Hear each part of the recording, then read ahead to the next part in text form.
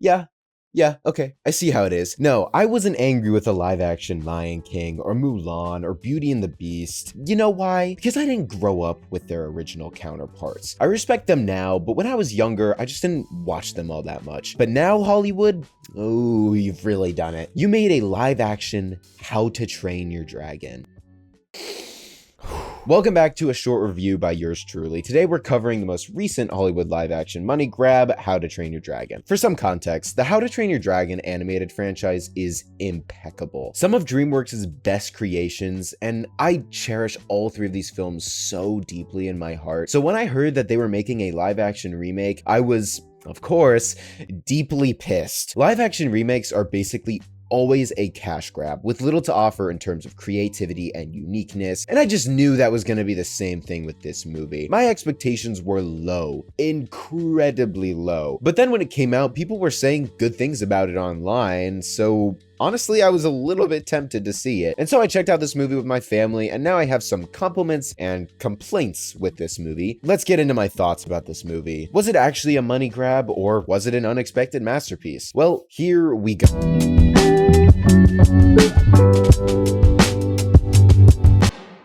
As always with my channel, let's stay positive. I'll mention the good of this movie, the stuff I actually liked, and believe it or not, the list is pretty much as long as the list of all the good that the original did. The story is phenomenal, the music by John Powell is breathtaking, the flying scenes are amazing and action-packed, whatever, who cares? For this video, I'm gonna try to focus on what this movie did, rather than what it copied from the original and just happened to also do well, which I'll focus on later. One of the biggest compliments I can give this movie is Hiccup. Mason Thames was a really good acting choice for him because he was really good at capturing the goofiness of Hiccup with the nervousness and the eventual confidence with Toothless. And about halfway through, I started to notice how fun of a character Hiccup actually is in this movie. It made the movie pretty fun throughout, and I genuinely think they couldn't have done a better job with casting. And I'll focus on this later, but Gerard Butler still nails Stoic. He brings a lot of passion to this character, and I thought his interactions with the characters around him really livened up a good chunk of the movie. Also, the friend group was way more fun in this version. I mentioned Hiccup, but also Snotloud and the twins were way more enjoyable and less annoying than in the original trilogy. Snotloud especially was hilarious in this version, and I thought Gabriel Howell crushed this role. Also, I like the detail that Fishlegs is always rooting for Hiccup, and I thought whenever they focused on that, it was genuinely hilarious, and I don't think that was in the original, so good addition. There is an exception to this group that I'll get to very soon, but generally, I enjoyed the side characters more than in the original. And the live action visuals, stunning, I'm annoyed to admit. Burke is just really pretty to look at, and overall, all the sets, whether they be practical or CGI, were masterfully created. And because of that, I really enjoyed the look of the movie. And I'll focus on this more in a bit, but I also really thought the dragons looked really good. I especially liked the one that could light itself on fire. I thought that was really cool whenever it showed up.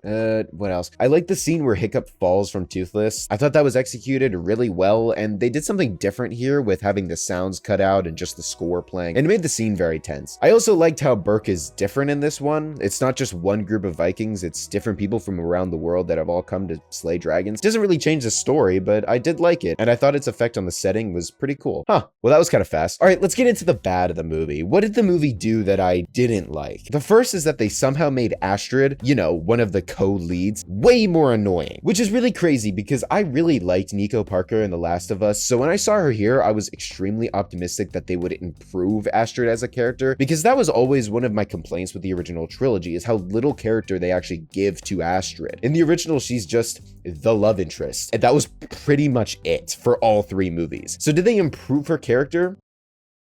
No. Now, I don't blame Parker. Her acting is pretty good for the character and the lines she's given, but somehow this movie gave even less character to Astrid, and the lines they changed made her less likable. And by the end of the movie, I was like, wow, I really don't care for Astrid at all. Even in the original, I kind of cared about her as a character in the first movie, but in this, she's just bland and boring, which is not what you want for the main love interest. Another thing is that this movie is just paced really poorly, and it's way worse than in the original. I first picked up on this when Hiccup does the iconic hand out, look away strat with Toothless. When that happened, I was like, wow, this is moving way too fast, because I feel like they weren't given enough time to actually bond. They were given like 10 minutes of screen time before this, and now I'm supposed to believe that they're buds now? Also, this is pretty weird given this movie had 30 more minutes than the original, so really it should feel like they had more time to flesh out characters, but instead the movie feels way more rushed. But by far, my biggest complaint with this movie it's just that it exists. I know that sounds harsh, but I mean it when I say this movie is 99% a copy and paste of the animated version. And that's the inherent problem with live action remakes, is that they always just do the same thing again. And to some people that isn't a problem. At the end of the day, it's an excuse to eat popcorn, but to me, it's just lazy. Instead of creating something new, producing a creative and unique idea from the minds and works of talented artists, you're remaking something that came out 15 years ago and doing nothing new with it. This entire movie is completely the same as the animated, except that it's live action, which sure, sounds obvious when I put it like that, but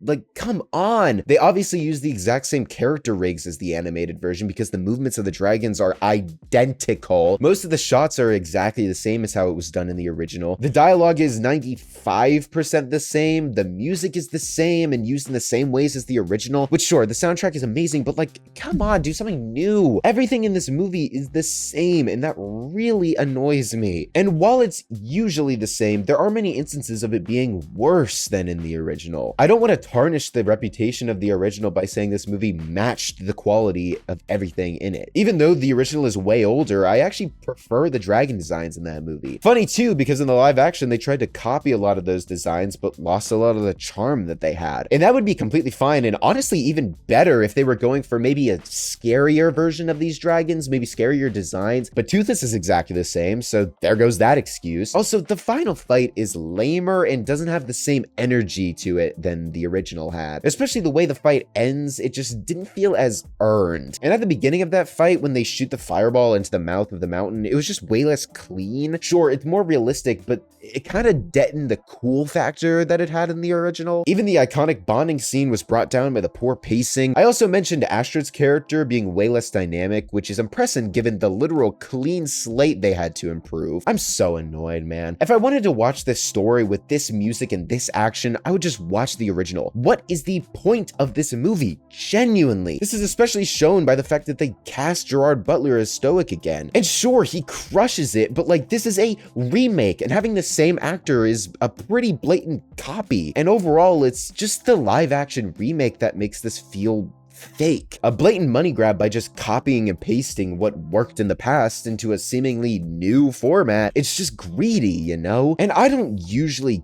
care because I never really watched live action remakes in the past, as they had never remade any of my personal favorites yet. But this time, I really do. This is How to Train Your Dragon, for Pete's sake. This isn't just some stupid kids movie. This is the start of one of the most emotional franchises of all time. And now every time I watch those original movies, I have to think about how the same company that made those just ripped that movie and did it again, but without any of the soul that came from the original. Okay, I appreciate the technical aspect of this movie that the cast and crew worked on. I admire the hard work that went into actually making this movie, but just because of what this movie represents, I can't like it as much as if it were a new movie. It's totally one thing if a movie is a fresh creation, completely creative concept and execution, but still terrible. I can easily rank that in my X out of 10 scoring because of what the movie presents. But when a movie is a complete imitation of another movie without offering anything new, how do I score that? Because if I scored the live action How to Train Your Dragon on what the movie is, I would probably give it a 7.5 out of 10. The movie is quite good. The acting is pretty dynamic for the most part. The visuals are well executed. The music is top tier. However, the fact that this is a live action remake ruins almost all of what I just said. So I'll be giving the live action How to Train Your Dragon a 5 out of 10. As a movie, it's good, but because it's a literal carbon copy of the original, I can't rate it any higher than a 5. Leave your opinions about the movie in the comments below. I genuinely love reading them, even if you disagree with me. I hope you all enjoyed the video as much as I enjoyed making it. God bless all of you. Have a good day, friends.